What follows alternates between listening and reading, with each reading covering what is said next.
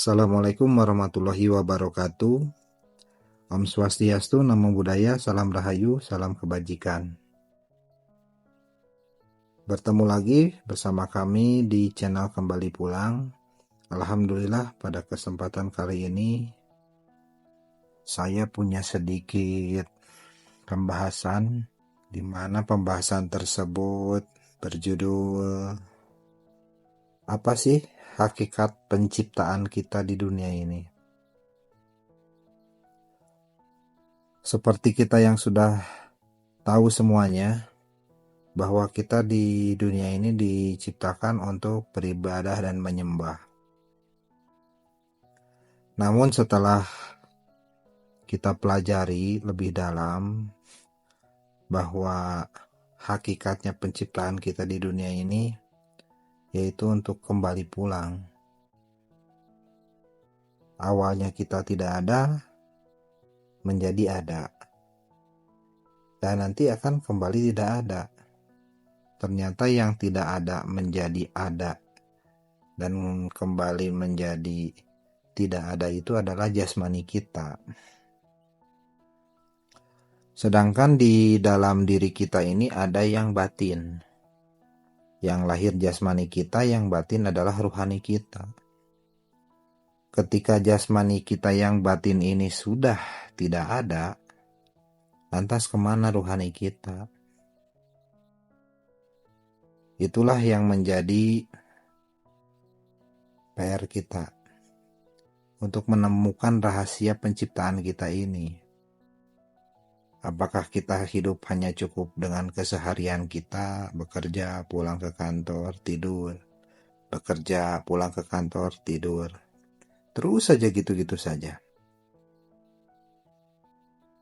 Rasa-rasanya bukan itu, gitu. Kalaupun kita beribadah, rasa-rasanya kok tidak yakin gitu. Tidak sampai hakul yakin. Nah, disitulah kita perlu mencari opsi, mencari jalan bagaimana supaya rohani kita bisa kembali pulang. Pernah saya menemukan bahwa hadis yang menyatakan, hadis qudsi menyatakan Allah berfirman, sesungguhnya aku adalah pembendaharaan tersembunyi, maka aku ciptakan makhluk agar mereka mengenalku. Nah, dari situ saya mengetahui bahwa tujuan penciptaan kita itu adalah untuk mengenal Tuhan. Namun ternyata dari berbagai ilmu untuk pengenalan Tuhan itu tidak bisa menggunakan akal logika saja. Memang untuk bisa memasuki proses pengenalan Tuhan itu awalnya melalui logika kita, melalui nalar kita. Tapi setelah kita menemukan jalan dan caranya, ternyata tidak bisa menggunakan akal logika kita. Justru mutlak harus menggunakan ruhani kita. Karena yang bisa mengenal Tuhan itu adalah ruhani kita. Karena Tuhan berada di dimensi yang berbeda dengan kita. Tuhan itu dimensinya mutlak, kita dimensinya dimensi relatif. Dimensi yang penuh keterbatasan ini. Adalah metodologinya. Adalah caranya. Di mana metodologi khusus tersebut itu adalah metodologi yang sangat kompleks, sangat tersistem, gitu, dan sangat sulit untuk adaptasinya. Yaitu metodologinya itu adalah metodologi dalam ilmu tasawuf yang isinya adalah thariqah.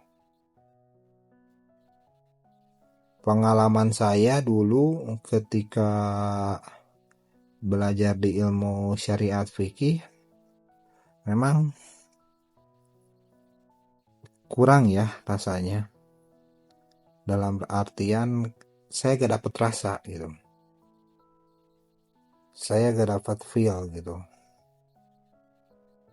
Jadi kalau dibilang husu gak husu sholat tuh, Sholat tuh yang diingat itu bukan Tuhan. Makanya kata Imam Ghazali, apa yang kau lihat dalam sholatmu itulah Tuhanmu, kalau nggak salah seperti itu. Jadi untuk mengenal Tuhan itu ada metodologinya, gak sembarang. Ada jalan dan caranya. Cuman bagaimana kita bisa menemukan metodologi tersebut, itulah rezeki masing-masing setiap orang. Maka kita harus benar-benar berjuang mencari jalan dan caranya bagaimana kita bisa belajar mengenal Tuhan. Kalau kita bisa belajar mengenal Tuhan, mudah-mudahan kita berezeki sampai beserta dengan Tuhan. Namun gak mungkin kita mengenal Tuhan, gak mungkin kita kenal tanpa bertemu dulu. Dan mana mungkin kita bisa menemukan Tuhan di dunia ini. Yang jelas-jelas Tuhan itu laisa kamitslihi syai'un. Ternyata supaya kita bisa menemui Tuhan itu kita harus melalui utusannya. Di mana utusannya tersebut membawa sesuatu dari yang mengutus. Itulah yang dimaksud jalan wasilah. Kita harus menemukan wasilah itu dulu. Apabila kita sudah ketemu dengan wasilah itu, nanti kita akan ditunjukkan jalan dan caranya. Nanti kita akan ditunjukkan adaptasinya. Nanti kita akan dilatih bagaimana cara melawan diri sendiri. Karena kuncinya dalam ilmu tasawuf itu ternyata prosesnya itu adalah melawan diri sendiri. Mungkin untuk sementara itu dulu video yang bisa saya bahas. Yang intinya hakikat penciptaan manusia itu adalah untuk kembali kepada sang maha rohani. Jasmani kita gak bisa balik ke maha rohani, tapi rohani kita yang bisa balik ke maha rohani. Cuman kita harus suci dulu, kita harus bersih dulu supaya bisa kembali ke sang maha rohani. Kalau dikiaskan pakaian kotor gak mungkin masuk lagi ke lemari gitu. Makanya dari itu kita harus dibersihkan dulu. Makanya dalam ilmu tasawuf itu ada proses taholi, tahali, dan tajali. Dalam ilmu tasawuf yang saya jalani adalah ilmu tarekat, Naksabandiyah, Kholidiyah. Sebenarnya nama tarekat tidak menjadi patokan ya. Cuman yang penting terdapat unsur mutlaknya.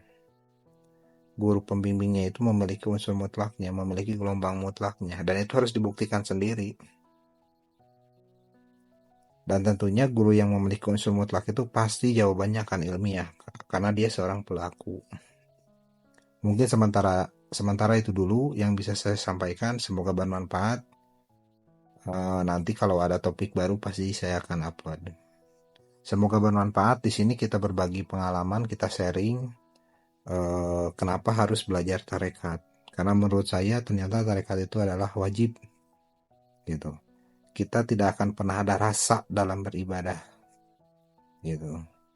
Makanya sampai dibilang tuh kalau katanya orang tasawuf itu tahu indikator dia sholatnya diterima atau tidak. Bukan sombong di sini ya, tapi itu memang benar adanya. Kita punya dibilang punya sinyal mungkin. Punya sinyal yang menjelaskan atau yang menegaskan bahwa kita tuh rohani kita terhubung pada saat sholat itu. Gitu. Makanya ini patut dibuktikan. Kalau gak dibuktikan saya rasa omong kosong gitu. Makanya semoga teman-teman yang mencari jalan dan caranya semoga menemukan bagaimana kita tersambung dulu akan wasilah. Karena setelah kita tersambung wasilah, kita akan bisa terhubung gitu kan dengan Allah tersebut gitu. Ini tentang tarekat Naksabandiyah Kholidiyah yang diuraikan oleh channel Kembali Pulang. Selamat malam. Assalamualaikum warahmatullahi wabarakatuh.